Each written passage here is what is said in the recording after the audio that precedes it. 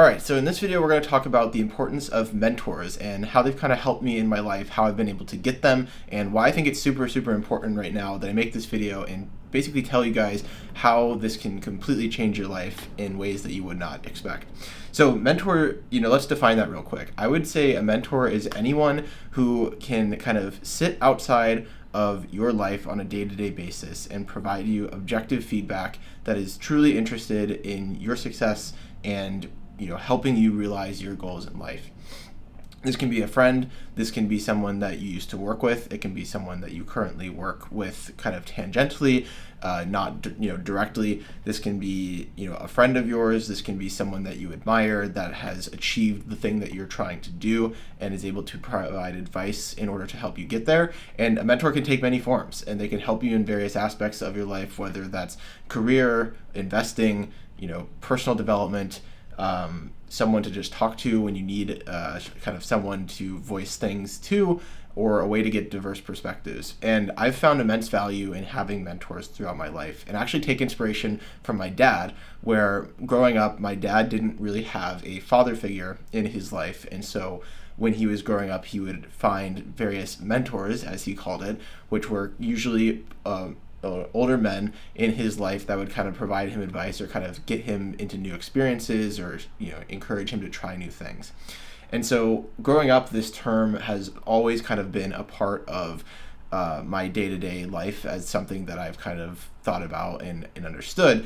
And over time, I've collected a large set of mentors. Some of them come and go, and that they're not as involved in my life currently as they used to be, and the mentors that I have change over time with the things that I'm interested in or what I'm up to. But the general premise is these are people that I keep in touch with that are able to kind of help me navigate life, which is not the easiest thing to do because they've done it themselves.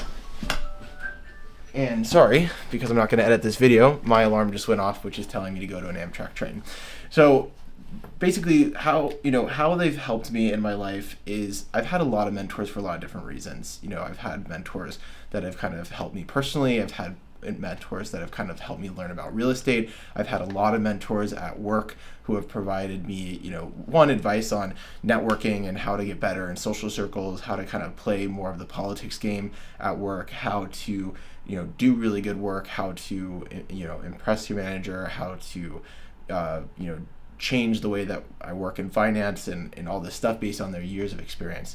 And that's helped me a lot in a lot of different ways. But I would say the most valuable piece of mentorship that I've kind of realized is the ability to just talk to someone transparently and candidly about whatever it is that's on my mind. And so typically when I have mentors and I kind of find them and involve them in my life, these are people that I trust wholeheartedly, and I want to be able to tell them exactly what I'm thinking about any given situation and get their thoughts and opinions on it. And I have different mentors for different purposes. Some people are really, really strong at the interpersonal game and are really helpful when I'm having kind of problems with interacting with other people. Some folks are really, really technically savvy and can give me very specific advice on, work that I've done or projects that I've done.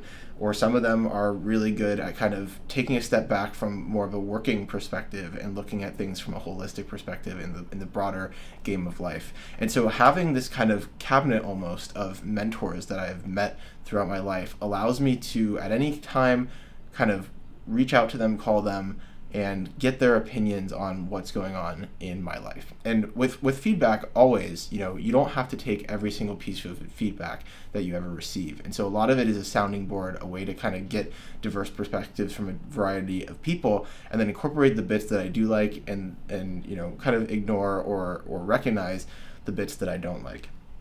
And so, a really, really great example of a mentor kind of helping me really think about something critically was one of my mentors who I've known for a long time. He was, someone who met me when I was much younger, much more naive, in a very different space than I am now. And that's another thing that I really like about mentors is I try to hang on to the people that met me when I was younger, because those people can see me evolve and change over time and have more story and context about what's going on in my life to kind of provide feedback that's more tailored to that, blended with their experience. And so this mentor, he's always very kind of challenging of me. If I have an opinion or a state of mind and I go to him and he disagrees, he will straight up tell me. There's no holding back about the disagreement when I go to him with something that I want feedback or advice on. And I really appreciate that, because not many people will do that if they're your friend as opposed to a mentor figure. And so, this was about the time when I was trying to make the decision as to whether or not I should move internationally for work. And I had my reasons for why I really didn't want to do this, and a lot of it was rooted in how much I love my current team and the current work that I'm doing, and how I didn't necessarily feel that the job I had done was complete. And I'm currently working for someone who's a mentor of mine. I don't want to switch teams. And he said, "Look, Will, you should absolutely take the opportunity to move to London. Think about it from a, not only a friendship perspective, in that you have friends from all around the world, and now you would be going to an international location where for a couple of years you can just expand that network. From a professional setting, your network is now a global network. And you always say you want to challenge yourself, seek new opportunities, and, seek discomfort. This is that handed to you on a silver platter. There's no world in which you should not accept this." And there was a bunch of other kind of points that he had made, and it's a much more thorough discussion of us going back and forth. The fact that I'm young and my family is in good health was another contributing factor to doing this. But another really, really big lesson that I walked away from talking to him is that he had been offered this opportunity when he was younger. And one of his biggest regrets in life, and to which he says he doesn't have many, was not taking the opportunity to move abroad and try something new. He said he was far too focused on his career that he was working on in Canada, and that he wanted to put all of his time into that, trying to maximize income and career opportunity within that moment in time, that he thought was much better if he had stayed kind of where he was as opposed to taking a role internationally. But from a personal experience perspective, and possibly from a career perspective as well, given it can be a career boosting move long term, he said that he deeply regretted not taking a role internationally, and that he would absolutely do that again if he was younger and didn't have as many responsibilities as he does now that he's older. And so just that conversation, and I had this conversation with tons of mentors of mine. I have mentors who already live in London that I was able to bounce this idea off of, who have relocated between the United States and London, and they also encouraged me, hey, this is a great opportunity. It's a big deal that this opportunity has opened up. You should pursue this, as this is a great sign of trust, and all the sorts of other stuff. And so using mentors, I kind of helped solidify this decision of mine, which ultimately I made the decision, but I had kind of feedback from a variety of people.